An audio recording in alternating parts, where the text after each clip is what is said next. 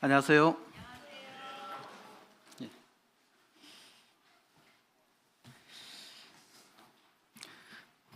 우리의 삶에 그 기쁨의 감정을 느끼는 순간이 사실 슬프고 힘든 그런 감정을 느끼는 시간보다 사실 현저히 적은 것이 사실입니다. 그런데 저의 생애 가운데서 참 정말 기뻤던 때를 몇 군데 몇 그 포인트를 짚어보면은 첫 번째로 대학교 합격 소식을 들었을 때, 그때가 정말 기뻤고, 그리고 제대했을 때. 근데 이제 저만 그런지 모르겠는데 구원함을 받은 기쁨 세상에서 제일이라 그렇게 해야 되는데, 솔직히 제가 말씀드리자면 구원받을 때보다 제대했을 때가 더 기뻤던 것 같아요. 솔직히 말씀드리면. 그런데 이제 제가 대학교 입학 소식을 들었을 때 정말 세상 다 가진 것 같았고, 이제 앞으로 나는 전혀 내 삶 가운데서 어떤 고통이나 슬픔은 없을 거라고 이렇게 생각을 했었습니다. 자, 그런데 그렇게 대학 합격으로 인한 기쁨이 한 달 갔을까요? 입학하고 나서요, 그 대학 생활을 하는데 전혀 제가 생각했던 그런 그 기쁨의 연속이 아니었어요. 저희 때는 선배들한테 많이 맞았습니다. 많이 맞았고, 그리고 이제 제가 또 그때 어떤 좀 회의감이 느꼈던 것이 뭐냐면, 저의 입시를 미술학원에서 이렇게 도와주잖아요. 가이드를 해줘서 결국에 합격하게 했는데, 미술학원이나 그런 입시학원들의 목적은요, 그 친구가 대학교 가서 어떻게 생활하는 데는 관심이 없습니다. 오로지 뭐만 관심이 있습니까? 합격률 높이는 것에만 관심이 있거든요. 그러니까 그 학생의 장래를 뭐 생각하거나 그렇지 않습니다. 어떻게든 합격만 시키는데 주력합니다. 저 역시도 그런 미술학원의 가이드에 의해서 합격은 했지만, 그 다음 그 대학 생활에 대한 어떤 그런 것에 대해서 그 이후에는 관심이 없죠. 미술학원에서 당연히. 그래서 어떤 일이 성취가 되었는데 그 이후에 전혀 준비가 되어 있지 않은 상태로 생활하니까 대학교 1학년 1학기 생활이 엉망이 됐습니다. 그리고 또 이제 가뜩이나 그 적응이 안 돼서 힘든 상황에서 선배들한테 맞고 나니까 무슨 생각이 드냐면, 내가 이런 데 오려고 3년 동안 그 고생을 했나, 그런 회의감이 들어서 제가 학교를 안 나갔습니다. 그래서 학사 경고를 1학기 때 맞았습니다. 그런데 이제 사실 이런 일들은 우리의 영적인 어떤 사역 가운데도 충분히 있을 수 있거든요. 뭐냐면은 어떤 일의 성취에 대해서 우리가 참 오랫동안 고대하고 갈망하고 수고해서 결국에 그 일이 성취가 될 수 있어요. 그런데 그 일이 성취되고 나서 어떻습니까? 그 다음을 생각하지 않는 겁니다. 그 성취된 기쁨에 젖어 있어서 안이함 가운데 모든 마음을 놓아버리는, 근데 그러한 때가 제일 위험할 수 있다라는 것입니다. 어떻게 보면 그 느헤미야 때도요, 백성들이 느헤미야 7장을 보시면요, 느헤미야 때도 백성들이 이제 결국 그렇게 갈망하던 성벽을 건축을 했습니다. 성벽 재건이 끝났어요. 한편으로는 중요한 큰 고비를 넘겼기 때문에 백성들이 가질 수 있는 마음이 뭡니까? 이제 됐다, 이런 안도감에 사로잡힐 수 있는 것이죠. 그런데 그런 때가 제일 위험할 수 있다라는 것입니다. 그런 때에 방심하게 되면 정말 일을 크게 그르칠 수 있다는 것이죠. 그래서 일의 시작과 성취도 중요하지만 그 이후에 그것을 유지하는 일이 더 중요하다. 우리가 지금 우리 교회가 건축을 위해서 기도하고 있습니다. 언제가 될지 모르겠지만 우리가 이 일을 위해서 기도하고 수고하고 헌신하고 있어요. 근데 그 일이 딱 성취가 되는 순간에 성도들 마음이 어떤 마음이 들겠습니까? 이제 끝났다. 끝났다라는 마음이 들기가 쉽습니다. 근데 끝난 것입니까? 아니요. 그 순간에 끝났다라는 마음이 들기 시작할 때가 위험한 거예요. 느헤미야 때에도 성벽을 건축했을 때 백성들이 가질 수 있는 마음이 이제 끝났다, 그런 마음을 가질 수 있는데, 그것이 아니라 이 성벽 재건 이후에 되어질 일들에 대해서 철저히 준비하고, 그 성벽 건축한 일에 대해서 잘 보존하지 않으면 지금까지 해온 수고가 다 수포로 들어갈 수 있는 것입니다. 그래서 이것을 위해서 또 다른 수고와 인력이 필요하며 방심은 절대 금물이라는 것이죠. 느헤미야 때도 그렇고 저희 때도 그렇습니다. 우리가 갈망하는 일이 언젠가 성취되었다 할지라도 그때에 이제 끝났다, 이런 마음을 가져서는 안 되는 것입니다. 일의 성취 이후에 우리가 그것을 유지하지 못한다면 일의 성취로 인한 기쁨은 오래가지 못할 것입니다. 어쩌면 우리가 수고하고 성취해낸 그 일이 그 이후에 보존과 관리를 잘못해서 그저 잠깐의 부흥으로, 한 경점으로만 남을 수도 있는 것입니다. 그러면 후대에 우리를 어떻게 평가하겠는가? 지금 우리 교회에 중요한 일이 있다면 그것의 성취를 위해서 힘쓸 뿐만 아니라 그 일이 성취된 이후까지 바라볼 수 있는 그런 안목이 필요하다는 것이죠. 그래서 오늘은 느헤미야 7장을 통해서 그러한 부분에 대해서 함께 생각해 보기를 원합니다. 느헤미야 7장 1절부터 73절, 본절이 그 본문이 굉장히 긴데 이 본문의 대부분의 내용은 명단입니다. 그렇기 때문에 다 읽지는 않겠고요. 우선 느헤미야 7장 1절부터 4절까지 함께 읽도록 하겠습니다. 자, 시작. 성벽이 건축됨에 문짝을 달고 문지기와 노래하는 자들과 레위 사람들을 세운 후에 내 아우 하나니와 영문에 관한 하나냐가 함께 예루살렘을 다스리게 하였는데, 하나냐는 충성스러운 사람이요 하나님을 경외함이 무리 중에서 뛰어난 자라. 내가 그들에게 이르기를 해가 높이 뜨기 전에는 예루살렘 성문을 열지 말고 아직 파수할 때 곧 문을 닫고 빗장을 지르며 또 예루살렘 주민이 각각 자기가 지키는 곳에서 파수하되 자기 집 맞은편을 지키게 하라 하였노니, 그 성읍은 광대하고 그 주민은 적으며 가옥은 미처 건축하지 못하였음이니라. 우리가 어떤 일을 우리 가운데서 성취할 수 있습니다. 우리는 그 일을 위해서 지금 정진하고 있고 기도하고 있고 헌신하고 있습니다. 그런데 그런 수많은 우리의 수고와 헌신이 헛되이 되지 않기 위해서는 그 일이 성취된 후에 어떻게 해야 하느냐? 우선 계속해서 깨어 있어야 합니다. 자, 우리가 성경이 우리에게 깨어 있으라고 했습니다. 깨어 있지 않아도 되는 때는 언제입니까? 우리에게 있어서 천국 가기 전까지는 깨어 있어야 합니다. 천국 가서 그 요구는 중단될 것입니다. 우리는 이 땅에서 사는 동안요 계속 깨어 있어야 돼요. 일의 성취를 맛본 후에도 마찬가지입니다. 느헤미야는 성벽이 건축된 후에 안도감에 젖은 것이 아니라 이것을 파수하기 위한 조치를 지금 7장 1절부터 4절까지 취하는 것을 볼 수가 있습니다.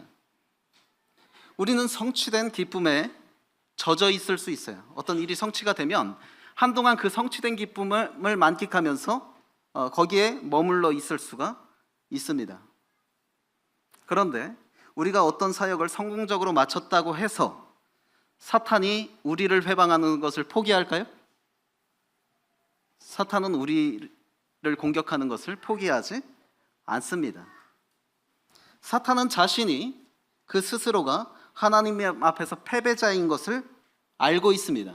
그리고 자신의 종국이 결국에 영원한 멸망이라는 것을 분명히 알고 있습니다. 그러면서도 그는 하나님 회방하기를 결코 멈추지 않습니다. 동일하게 우리가 하는 사역에 있어서도 우리가 하나님을 위한 사역을 하게 될 때에 거기서 승리자는 하나님이라는 것을 그가 분명히 알지라도 우리를 회방하는 것을 그가 포기하지 않는다는 것이죠. 그래서 우리는 한 단계마다 고비를 넘기며 사역을 성취해 갈 때에 그렇게 성취를 이룬다고 해도 우리에 대한 회방을 포기하지 않는 사탄을 늘 의식해야 합니다. 우리가 일의 성취로 인해 기뻐하고 있을 때에 사탄은 그 안일함을 틈타서 다시 공격해 올 것이라는 것이죠. 그래서요, 우리가 건축을 위해서 기도하고 준비하고 있습니다. 건축이 다 끝나면 대부분의 성도들은 이제 한시름 놓았다라는 마음을 가질 것이고, 또 앞으로는 이제 평탄대로만을 생각하면서 교회 생활을 할지 모릅니다. 그런데 그러한 순간에 사탄이 생각지 못하게 공격해 올 수 있다라는 것입니다. 우리가 무언가를 성취했다고 느낄 때에, 그런 때를 우리가 조심해야 한다는 것이죠. 이러한 사탄의 계략을 분명히 알고 있어야 합니다. 일이 성취되었다고 해서 기쁨에만 젖어 있어서 방심하고 사탄의 다음 공격에 대비하고 있지 못한다면 우리가 성취한 일로 인한 기쁨은 결코 오래가지 못할 것입니다. 일의 성취도 중요합니다. 그러나 그 일의 성취로 인해서 우리가 계속해서 기쁨을 누리려면 그 일에 성취된 일이 잘 보존하고 지속되게 하는 것이 우리의 사명입니다. 사탄은 이것을 방해하려고, 회방하려고 계속해서 계략을 꾸밀 것입니다. 우리 교회 가운데 성취된 일이 있습니까? 그것으로 인해서 기뻐하고 있습니까? 그러한 때를 조심해야 한다는 것이죠.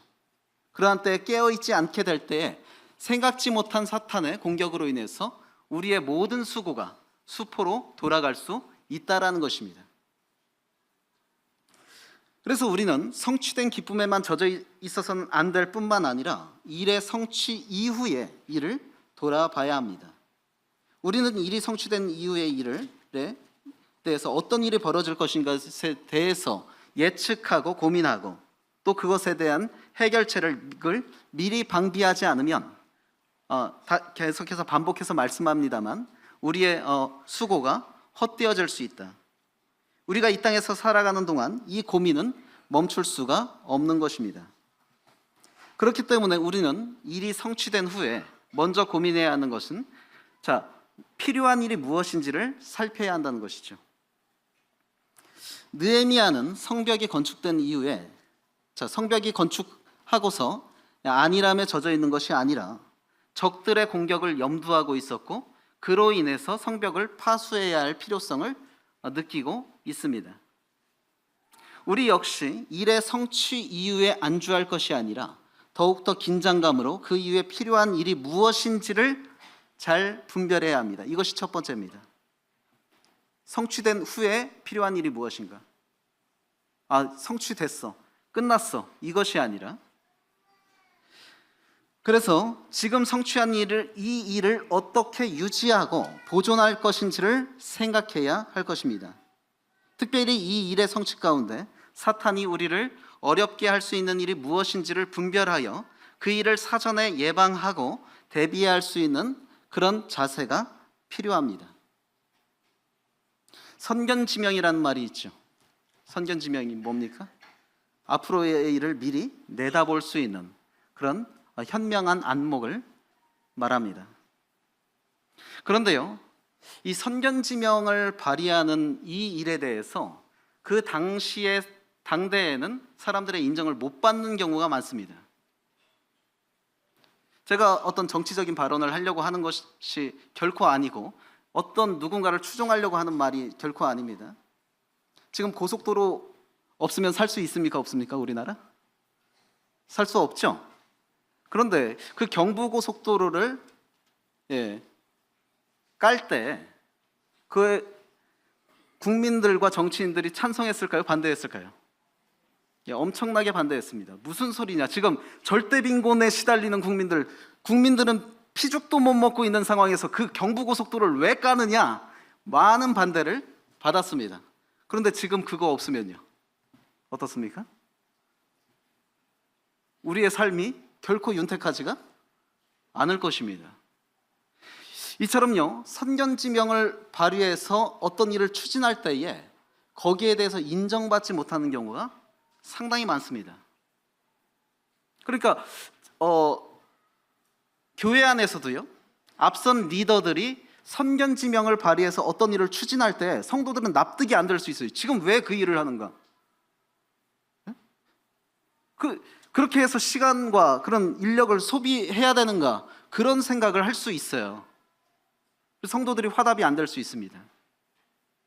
그런데 우리 성도들이 일꾼들에 대해서 그런 그 마음의 허용을 좀 가져야 합니다. 일꾼들은 즉흥적으로 일하지 않습니다. 할 수 있는 대로 선견지명을 발휘해서 미래를 보려고 합니다. 그 미래를 대비하기 위해서 지금 성도들이 납득할 수 없는, 화답할 수 없는 그런 일을 추진해야 하기도 합니다. 그러한 때에 성도들이 조금 화답이 안 되더라도 일꾼의 그런 보조에 맞춰주게 된다면 이 교회는 더욱더 튼튼한 미래로 나아가게 될 것입니다. 그래서 그런 그 선견지명이 필요하다. 그런데 그 선견지명에 대해서 당대는 인정받지 못하는 경우가 많다. 따라서 내가 어떤 일에 대해서 그런 안목이 미치지 못한다 할지라도 앞선 일꾼들의 그런 결정과 추진에 대해서 협조하는 것이 필요합니다. 자, 일이 성취된 후에 그 일의 성취 이후에 해야 될 일, 필요한 일이 무엇인지 살펴야 되고, 두 번째로 합당한 사람인지 누구인지 분별해야 합니다.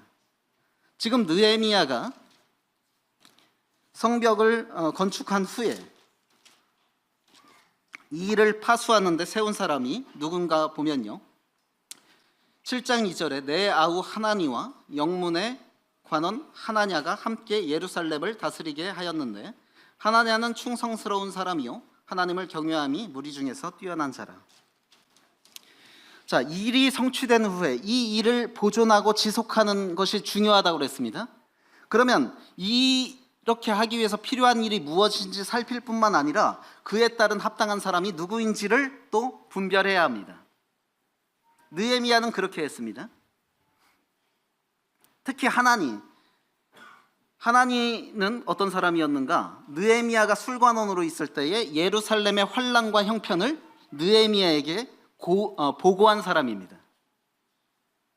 또한 하나냐에 대해서 성경에 언급하는 것이, 하나냐가 함께 예루살렘을 다스리게 하였는데 하나냐는 충성스러운 사람이요 하나님을 경외함이 무리 중에서 뛰어난 자라라고 말하고 있습니다. 즉 아무나 세우는 것이 아니라 충성스럽고 하나님을 경외하는 그런 사람을 느헤미야가 세웠다. 자, 인사가 만사다라고 그러죠. 앞선 리더들은요, 똑똑한 사람이 아닙니다. 앞선 리더들보다 똑똑한 사람들이 많습니다. 그러면 앞선 리더들이 하는 일은 뭐냐면 자기보다 똑똑한 사람들을 적시적소에 포진시키는 그 통솔력이 있어야 되는 것이 리더입니다. 그 사람들을 능가할 필요는 없어요. 그런데 자기보다 이 분야에 뛰어난 사람을 적시적소에 배치할 수 있는 그런 통솔력을 발휘하는 사람이 리더예요. 그래서 그런 인사행정이 적절하게 이루어질 때에 그 공동체가 빛을 발하는 것인데 교회도 예외는 아니라는 것입니다. 아무리 좋은 시스템과 여건이 주어졌다 하더라도 사람을 잘못 세우면 그 공동체 전체가 피해를 보게 되는 것입니다. 교회 안에서도 이러한 상황을 염두하여 합당한 사람을 분별하고 그 일을 맡겨야 되는데, 합당한 사람이 어떤 사람인가요? 우리 인간은요, 주관적이기가 참 쉽습니다. 저 역시도요, 사람을 평가할 때 나와의 관계를 배제하려고 합니다. 사람이 사람을 평가할 때요, 자기가 기준이 되기가 쉬워요. 그 사람에 대해서 객관적인 평가를 하기보다는 자기와 어떤 관계에 있느냐, 이것에 의해서 좋은 사람, 나쁜 사람 이렇게 평가하기가 쉽습니다. 그런데 우리 그리스도인들은 사람을 평가할 때 그렇게 평가해야 될까요? 나에게 우호적인 사람은 좋은 사람, 나에게 유익을 끼치는 사람은 좋은 사람? 그것이 아니라 하나님께 유익한 사람, 하나님께 충성된 사람, 하나님을 경외하는 그 사람에 대해서 객관적으로 평가하고, 혹 그가 나와 우호적인 관계에 있지 않다 할지라도 그 사람의 그 하나님 앞에서 자질만으로도 그 사람을 좋게 평가할 수 있는 그런 안목을 지녀야 합니다. 그리스도인들은 또 그런 사람을 세워야 합니다. 그렇지 않게 될 때에 이 공동체는 위험해질 수 있습니다. 개인적인 관계, 나와 우호적인 관계에 있는 그런 사람들만을 선호하게 될 때에 이 공동체는 위험해질 수 있는 거예요. 그래서 합당한 사람을 분별할 수 있는 안목이 필요한 것입니다. 뿐만 아니라 일의 성취 이후의 일에 대해서요, 효율적인 일의 방법을 우리는 또 분별해야 합니다. 필요한 일이 무엇인지 분별해야 되고, 합당한 사람이 누구인지 분별해야 되고, 또 세 번째로 효율적인 일의 방법이 무엇인지를 분별해야 하는 것입니다. 성벽이 건축된 후에 예루살렘의 상황은 녹록지 않았습니다. 광활한 면적에 비해서 거주하는 백성들이 적었기 때문에 이것을 파수하기가 쉬운 일은 아니었어요. 그러한 때에 느헤미야는 인구조사를 먼저 했고, 또 백성들로 하여금 각각 자기 집 맞은편을 지키게 했습니다. 그러니까 방법적인 면에서 효율성을 발휘하고 있는 것이죠. 우리 역시 주님의 일을 유지하고 보존하는 데 있어서 모든 상황이 낙관적일 수는 없습니다. 그런데 우리가 교회 일에 대해서 열성만으로 할 수 없습니다. 열성뿐만 아니라 효율성을 따지는, 효율성을 분별할 수 있는 그런 방법적인 면도 전혀 고려하지 않을 수 없습니다. 그래서 그 일의 성취 이후에 이 일을 지속하고 보존하는 데 있어서 효율적인 방법이 무엇인지를 또 우리가 고민해야 하고, 생각지 못한 어려움이 발생했을 때에 이것을 효율적인 방법으로 극복할 수 있는 것이 무엇인지를 또 분별해야 할 것입니다. 자, 이렇게 그럴 뿐만 아니라 일이 성취된 이후에, 일이 성취되면 끝났다라는 느낌을 갖기가 쉽죠. 끝났다라는 마음이 드는 순간 일하고 싶습니까? 안 하고 싶습니까? 더 이상 일하고 싶지가 않습니다. 그런데 우리는 일이 성취된 이후에 끝났다라는 마음을 갖는 것이 아니라 더더욱 참다운 일꾼이 돼야겠다라는 마음을 가져야 합니다. 그렇게 될 때에 일의 성취 이후에 그 일이 보존되고 지속이 되는 것입니다. 일이 성취된 이후에는요, 쉼을 갖고 싶은 것이 본능입니다. 그러나 일의 성취 이후에도 여전히 우리는 일꾼으로서의 자세를 잃지 않아야 합니다. 그러면 우리가 참다운 일꾼이 되기 위해서 요구되는 자세가 무엇인가? 지금 느헤미야는 하나냐를 세웠는데, 하나냐가 어떤 사람? 첫 번째로 충성스러운 사람이었다 라고 말하고 있습니다. 따라서 우리가 하나님의 일에 있어서 계속 쓰임받기를 원한다면 어떤 사람이 되어야 하는가? 충성스러운 사람이 되어야 합니다. 하나님은요, 소유한 능력만을 보고 그 사람을 택하지 않습니다. 때때로요, 세상에서는요, 어떤 인재 등용을 할 때 그 사람의 인격이나 그런 건 신경 안 쓰고 그 사람의 능력만 보고 채용하는 경우가 많습니다. 인격이나 그런 건 따지지 않아요.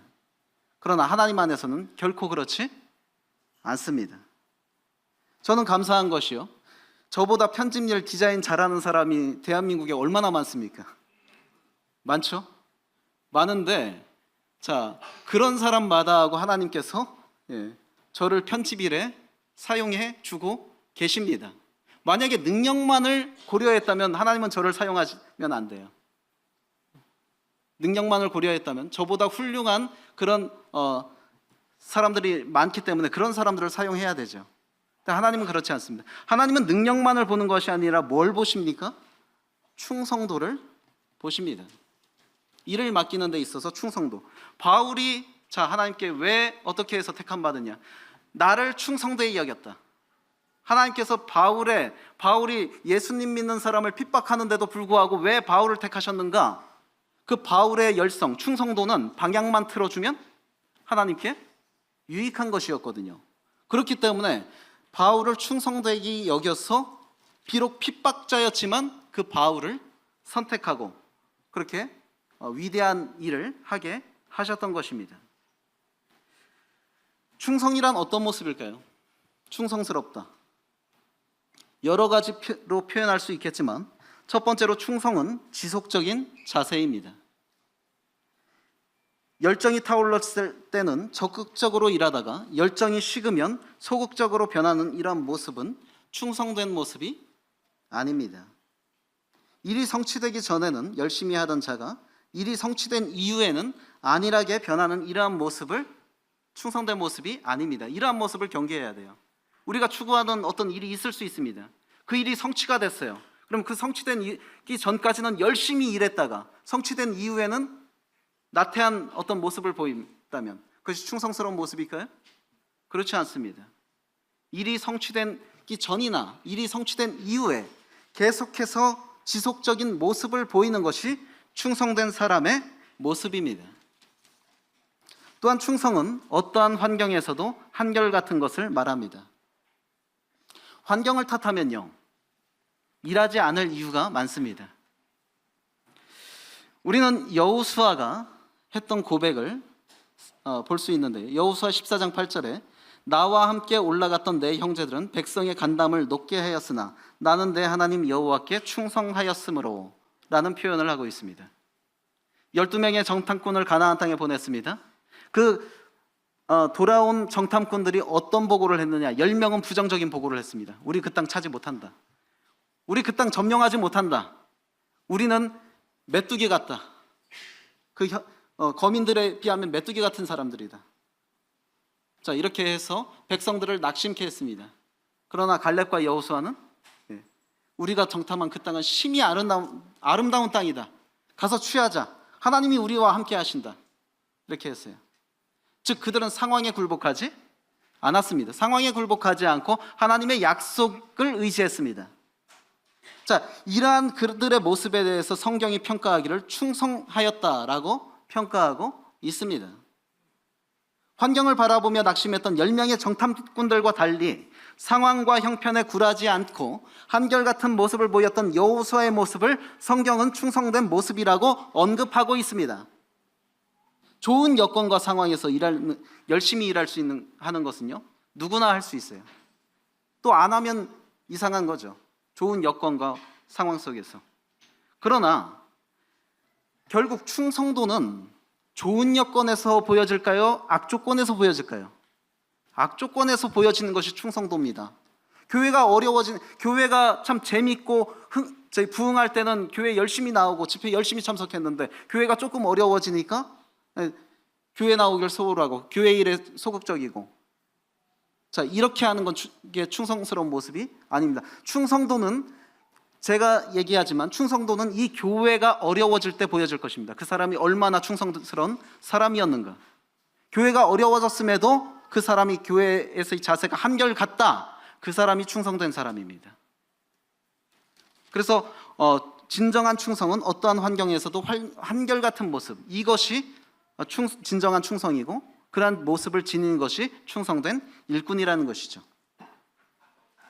자, 그리고 두 번째로 하나님에 대해서 충성스러운 사람이 또 어떤 평가를 하고 있느냐? 하나님을 경외함이 무리 중에서 뛰어난 사람이다 라고 평가하고 있습니다. 자, 하나님의 참된 일꾼이 되기 위해선 충성스러울 뿐만 아니라 하나님을 경외하는 자가 되어야 합니다. 지금 느헤미야가 임명한 하나냐는 충성스러웠을 뿐만 아니라 하나님을 경외하는 사람이었습니다.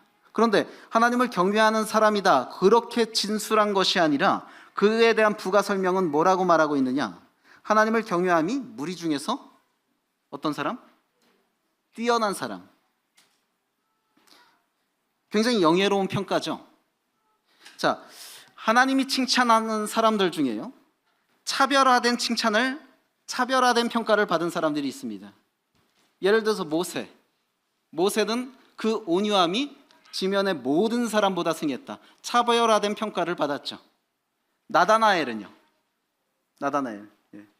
이는 참 이스라엘 사람이라 그 속에 간사한 것이 없도다. 즉 간사한 사람들, 허울적인 이스라엘 사람들보다 차별화된 평가를 받았습니다. 지금 하나냐 역시 하나님을 경외함에 있어서 칭찬받았는데 그 역시도 하나님을 경외함이 무리 중에서 뛰어난 자라고 차별화된 평가를 받고 있습니다.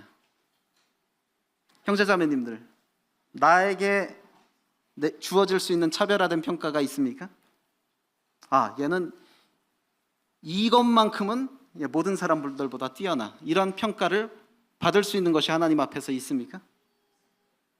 저는 그것이 사모가 됩니다. 그런 평가를 받고 싶습니다. 다른 것 몰라도 이것만큼은 얘 따라갈 사람이 없어. 근데 하나냐는 어떤 부분에서 지금 차별화된 평가를 받고 있어요? 하나님을 경외함이 무리 중에서 뛰어난 자라, 이런 차별화된 평가를 받고 있습니다. 그렇다면 하나냐가 칭찬받은 하나님을 경외하는 모습, 그것에 대해서 우리가 어떻게 분별해 볼 수 있을까요? 하나님을 경외하는 자는요, 하나님의 뜻을 헤아릴 줄 아는 자입니다. 하나님의 뜻을 헤아리는 데 있어서 선행 조건은 하나님이 그 뜻을 보여주셔야 하는 것이죠. 그러면 하나님께서 어떤 사람에게 그 뜻을 더 잘 보여주시느냐? 자, 우리는 똑같은 성경을 읽습니다. 그런데 희한하게 어떤 사람에게는 깨달음을 더 하나님이 주셔요. 똑같은 구절을 읽었는데도. 왜 그럴까요? 하나님께서 보여주시기 때문에 그러신 거죠. 보여주시는데 그럼 왜 그런 사람들에게 하나님께서 그분의 뜻을 더 잘 보여주시느냐 하는 것입니다. 우리 시편 말씀에 뭐라고 말하고 있느냐? 시편 25편 14절에 여호와의 친밀함이 경외하는 자에게 있으며 그 언약을 저희에게 보이시리로다. 하나님께서 그 언약을 보이시는 사람이 어떤 사람? 여호와와 친밀한 사람. 그럼 여호와의 친밀한 사람은 어떤 사람이냐? 여호와를 경외하는 사람입니다. 제가 이제 그 주변 친구들로부터 듣는 말이 뭐냐면, 야, 좀 편하게 말하자, 말 트자, 존댓말 쓰지 말고, 그런 말을 종종 듣습니다. 자, 세상에서 친해지려면 어떻게 해야 돼요? 존댓말 써야 됩니까? 상대방을 존경하는 마음으로 대하면요, 친해지지가 않습니다. 말도 트고요, 야야 그러면서 그렇게 해야 친해집니다. 그것으로 친밀함의 정도를 가늠합니다. 근데 하나님은요, 하나님을 경외함, 두려워함으로 대하는 자에게 여호와의 친밀함이 있다. 하나님과 친해지려면 그분을 경외해야 됩니다. 두려워함으로 대해야 그분과 친해지는 것이고, 그런 사람에게 하나님께서 그 언약을 보이신다 라고 말하고 있습니다. 그 옛날 하나님은 아브라함에게 이렇게 말했습니다. 나의 하려는 것을 아브라함에게 숨기겠느냐? 다른 사람에게는 몰라도 아브라함 너한테만큼은 말할게. 내 비밀 말할게. 아브라함과 이렇게 친했었습니다, 하나님께서. 자, 근데 그렇게 되기 위해서는 우리가 하나님을 어떻게 대해야 된다? 가볍게 대해야 된다? 그것이 아니라 경외함으로 대해야 한다. 나의 삶 가운데서 하나님을 경외함이 있습니까? 혹 하나님을 정말 친한 친구 대하듯이 대하다 보니까 정말 경외함이라고는 찾아볼 수 없는 그런 모습으로 대하고 있진 않는가 하는 것입니다. 하나님을 경외하는 자는 하나님께 순종합니다. 보이지 않는 경외심은 순종으로 나타날 수밖에 없습니다. 하나님의 말씀에 순종하지 않으면서 하나님을 경외한다고 말하는 것은 어불성설입니다. 하나님의 말씀 한 구절 한 구절에 두려움으로 순종하는 것이 경외심에 대한 외적 실행입니다. 우리는 때때로요, 율법주의를 경계한다는 이유로 우리의 불순종을 합리화하기도 합니다. 난 율법주의가 아니야. 그렇게 세세하게 매이는 것은 율법주의적인 태도야. 율법주의는 잘못된 것이죠. 근데 율법주의에 대해서 정확히 알아야 됩니다. 율법주의가 뭡니까? 안 하면 죽기 때문에 하는 것이 율법주의입니다. 근데 내가 하나님을 기쁘시게 하려고 그분의 말씀에 순종하는 것이 율법주의적인 태도인가요? 아니에요. 그건 당연한 도리인 것입니다. 또한 하나님을 경외하는 사람은 사람을 두려워하지 않습니다. 왜요? 하나님은 내가 두려워하고 경외하는 그분이 지존자시기 때문에 사람을 두려워하지 않아요. 자, 중대장이 어떤 명령을 했습니다. A로 가라고 명령을 했어요. 근데 대대장은 B로 가라고 그랬어요. 근데 대대장이 B로 가라고 했는데 실제로 그런 일이 있었습니다. 제가 군 생활할 때 대대장님은 포를 쏘라고 그랬어요. 땡겨 했는데 그 위에 지휘관 단장님이 사격 중지했어요. 누구 말 듣겠습니까? 누구 말 듣겠어요? 단장님 말을 듣겠죠. 왜요? 단장님이 대대장님보다 높으니까. 대대장님이 땡겨 해도 그 명령을 두려워하지 안 씁니다. 왜? 단장님이 사격 중지 명령 내렸으니까. 우리 역시도 마찬가지입니다. 하나님을 경외하는 사람은 누구를 두려워하지 않는다? 사람을 두려워하지 않는다. 왜? 지존자이신 하나님의 명령에 순종하기 때문에. 이제 우리가 에스라 7장 5절부터는 느헤미야 7장 5절부터는 다양한 명단이 나오는데요. 우리가 일이 성취된 이후에 또 생각해야 되는 것은요, 숨은 인력이 되지 말아야 한다는 것입니다. 성경 읽다 보면 제일 읽기 싫은 곳이 어디입니까? 예? 어디에? 명단 나오는 데죠. 명단 나오는데. 그래서 마음 잡고 마태복음으로 시작해서 성경 좀 읽어보려다가 마태복음 1장에서 혀 내두르고 그만두는 사람 많고, 특히 이제 성경 구약부터 통독하려다가 고비가 있는데 레위기를 넘기니까 이제 역대상 1장부터 10장이 나옵니다. 1장부터 10장 전체가 족보입니다. 그래서 오죽하면 브루스 윌킨슨, 야베스의 기도의 저서자 브루스 윌킨슨이 역대상 1장부터 10장을 읽다가 포기하는 사람을 나는 용서할 수 있다 그랬어요. 그런데 지금 또 7장에서 명단이 나오죠. 과연 이것을 통해서 어떤 교훈을 우리가 받을 수 있는가? 마치 재미있는 영화를 보고 엔딩 크레딧을 건너뛰고자 하는 마음이 여기서도 생기죠. 대부분 엔딩 크레딧 나오면 다 자리 털고 일어나지 않습니까? 극장에서. 성경도 그런 부분이 많이 있습니다. 그러나 하나님은요, 이 명단 하나하나를 귀하게 보십니다. 왜? 성벽이 건축된 이유, 그것을 파수하는 중요한 인력이기 때문입니다. 일이 성취된 이후에 우리는 여전히 일꾼의 명단에 내 이름이 있도록 해야 합니다. 보편적으로 인구를 계수할 때요, 생명을 기준으로 계수하죠. 우리나라도 인구 조사할 때 생명이 기준입니다. 그런데 하나님의 인구 계수법의 기준은 생명이 아닙니다. 하나님의 인구 계수법의 기준은 생명이 아니라 일을 할 수 있느냐 없느냐, 그것으로 인구를 계수합니다. 그래서 우리 교회가요, 재적 성도가 200명이라고 자부할 수 있는데 하나님 보시기엔 200명이 안 될 수 있습니다. 왜요? 하나님의 인구 계수 기준은 생명이 아니기 때문에. 구원받았다고 해서 하나님의 인구 계수에 드는 것이 아닙니다. 하나님의 인구 계수법은 생명이 기준이 아니라 전쟁 수행 여부가 기준입니다. 그래서 민수기 1장 3절에 이스라엘 중 20세 이상으로 싸움에 나갈 만한 모든 자를 너와 아론은 그 군대대로 계수하되. 하나님의 인구 조사는요, 생명이 아니라 싸울 수 있느냐 없느냐, 그 여부입니다.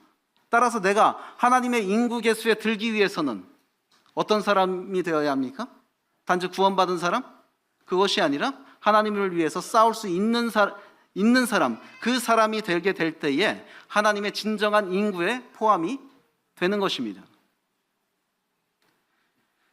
즉 하나님은 그분의 교회 안에서도요, 구원받은 사람이 몇 명인가를 보시는 것이 아닙니다.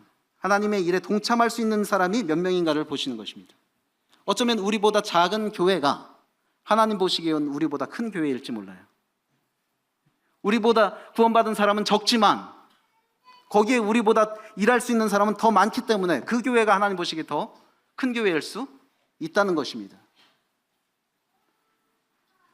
그래서 우리가 다른 교회들에 비해 비교적 규모가 크고 성도가 많아 보인다 할지라도 하나님 보시기에 우리가 작은 성도, 작은 교회가 될 수 있다는 사실을 기억하고서 어떻게든 생명 얻은 사람으로서가 아니라 하나님을 위해서 일할 수 있는 사람으로서 이 교회에 자리매김해야 한다는 것입니다. 나를 구원하신 하나님의 목적은 그냥 구원받고 끝난 것일까요? 아니에요. 나를 구원하신 하나님의 목적, 나를 구원하시기 위해서 아드님까지 죽이신 하나님의 목적은 그냥 단지 영생 얻게 하는 것이 아니라 선한 일에 열심하는 친백성이 되게 하기 위해서 아들까지 희생시키셨다는 사실을 우리가 기억해야 합니다. 그렇기 때문에 우리는 어느 순간에라도 주님 오시는 그 날까지 하나님의 일꾼으로서의 그 명단에 포함되어야 합니다. 또한 하나님의 일에 자신의 유익 여부를 따지지 말아야 한다. 느헤미야 7장에서 다양한 명단이 나오는데 제가 좀 주목하고 싶은 것은요, 43절부터 56절입니다. 다 읽지는 않겠지만 여기에 나오는 사람들이 레위 사람들과 느디님 사람들입니다. 자, 레위 사람들과 느디님 사람들 같은 경우는 포로기를 거쳐서 예루살렘으로 돌아오는 게 인간적으로 그들에게 유익이 있을까요, 없을까요? 레위 사람들은요, 예루살렘으로 돌아와봤자 분깃이 없어요. 그 사람들은 분깃을 받은 사람들이 아닙니다. 그러니까 어쩌면 차라리 포로기 생활하던 그곳에서 생활하던 것이 더 윤택할 수 있습니다. 그리고 또 느디님 사람들 같은 경우도 이 사람들은 성전에서 잡일하는 노예들이라고 생각하면 됩니다. 어떤 연유에서 그렇게 됐는지 그런 과정은 다양할 수 있는데 성전에서 잡무하던 사람들입니다. 이 사람들이 예루살렘에 돌아와 봤자 인간적으로 그들에게 유익이 무엇입니까? 플러스가 무엇입니까? 그럼에도 불구하고 이들이 예루살렘에 돌아왔어요. 왜 돌아왔을까요? 뭘 얻기 위해서? 아니에요. 하나님 사랑하는 마음으로 돌아온 것입니다. 하나님께 예배하고자 하는 마음, 비록 내가 거기서 잡일하는 노예처럼 일한다 할지라도, 레위인의 경우 비록 내가 거기서 예루살렘에서 분깃이 없다 할지라도 하나님 예배하는 그 일에 가치를 두고 하나님 사랑하는 마음으로 돌아온 것입니다. 이처럼 하나님의 일에 자신의 유익의 여부를 따지지 않아야 합니다. 우리는 하나님의 일을 한다면서요? 그 내면에 파고 들어가 보면 누구의 유익을 추구하고 있어요? 자신의 유익을 추구하고 있는 거예요. 있을 수 있어요. 우리는 그것을 철저히 경계해야 합니다. 내가 지금 하고 있는 일이 표면적으로는 하나님의 일인데 누구를 위해서 이 일을 하고 있는가? 정말 하나님을 위해서 진실되게 하고 있는가? 그렇지 않다고 한다면 하나님께서 이 땅에서도 그것을 드러내실 수 있고 아니면 그리스도의 심판대에서 그 공력을 드러내실 수 있을 것입니다. 우리 순수한 마음으로 이 레위 사람들처럼, 느디님 사람들처럼 하나님의 일에 임해야 하는 것입니다. 우리의 일꾼들이요, 앞서 일하는 일꾼들이 할 일이 없어서 하나님의 일을 하는 것이 아닙니다. 제가 아는 어떤 일꾼은요, 미국에 유학까지 갔다 왔어요. 영어에 아주 능통합니다. 그분이 학원가로 가면요, 지금의 그 생활의 몇 배를 벌 수가 있습니다. 그럼에도 불구하고 목회를 하고 있습니다. 하나님 사랑하는 마음으로. 앞선 일꾼들이 할 일 없어서 그 일을 하는 것이 아니라는 사실을 우리 성도들이 알아주셔야 합니다. 그 일이 얼마나 많은 것을 포기하고 그 일을 하고 있는가, 그것 자체로 귀하게 여기고 존경해줘야 하는 것입니다. 그 일을 나라면 할 수 있겠습니까? 다른 데 가면 몇 배를 벌 수 있는데 그것을 마다하고 하나님의 일을 하고자 하는 그 일을 나라면 할 수 있겠는가 하는 것입니다. 마치 레위 사람이나 느디님 사람처럼 오늘날에도 그런 목회자들이 많이 있고 우리를 돌보고 있는 목회자들이 그런 마음으로 하나님의 일을 하고 있다는 사실을 우리가 잊지 말아야 하는 것입니다. 그리고 앞선 이들의 수고를 우리가 헛되지 않게 하기 위해서 열심히 협조해야 하는 것이죠. 나의 협조로 인해서 앞선 이들의 업적을 유지할 수 있습니다. 느헤미야 7장 후반부에서 족장들이 많은 금과 은을 드렸습니다. 이들이 드린 금이 513kg입니다. 어마어마하죠. 그리고 은은 2850kg입니다. 어마어마한 양을 이 사역에 협조하는 마음으로 드렸습니다. 나의 협조로 인해서 앞선 이들의 업적을 유지할 수 있고 반면에 나의 비협조적인 자세로 인해서 앞선 이들의 수고를 그르칠 수 있다는 사실을 우리가 기억해야 합니다. 교훈을 정리하면 일의 성취 이후에 찾아오는 안위함을 우리는 경계해야 돼요. 지금 우리가 추진하고 있는 일이 있을 수 있습니다. 그 일이 성취된 후에 우리는 어떻게 할 것인가? 철저히 안위함을 경계해야 합니다. 그리고 또 성취된 일을 유지하는 데 힘써야 합니다. 그 일을 위해서 내가 어떤 일을 할 수 있는가 고민하고 협조해야 합니다. 그리고 그 일의 유지를 위해서 참다운 일꾼이 되어야 할 것입니다. 그렇게 될 때에 우리 가운데 이루어지는 일의 성취가 계속해서 지속되고 보존되면서 그 가치는 더욱더 빛날 것이라 믿습니다. 교훈 마치고 함께 기도하시겠습니다. 주님 감사합니다. 참 저희 가운데 많은 주님의 일을 보여주신 것을 인해서 감사를 드립니다. 저희가 추구하고 있는 이 일들이 성취된 이후에 어떻게 또 저희가 마음을 가져야 하는지 느헤미야 7장을 통해서 교훈 주심을 감사를 드립니다. 참 늘 깨어 있으라 하신 말씀처럼 일이 성취가 되었다고 해서 참 안이함에 젖어드는 저희들이 되지 않게 하시고, 주님 오시는 날까지 깨어 있어서 또 저희 가운데 성취된 일을 잘 보존하고 지속할 수 있는 저희들이 되게 하시며 이 일을 위한 참된 일꾼들이 되게 해 주시기를 원합니다. 감사드리며 주 예수님 이름으로 기도했습니다. 아멘. 네, 감사합니다.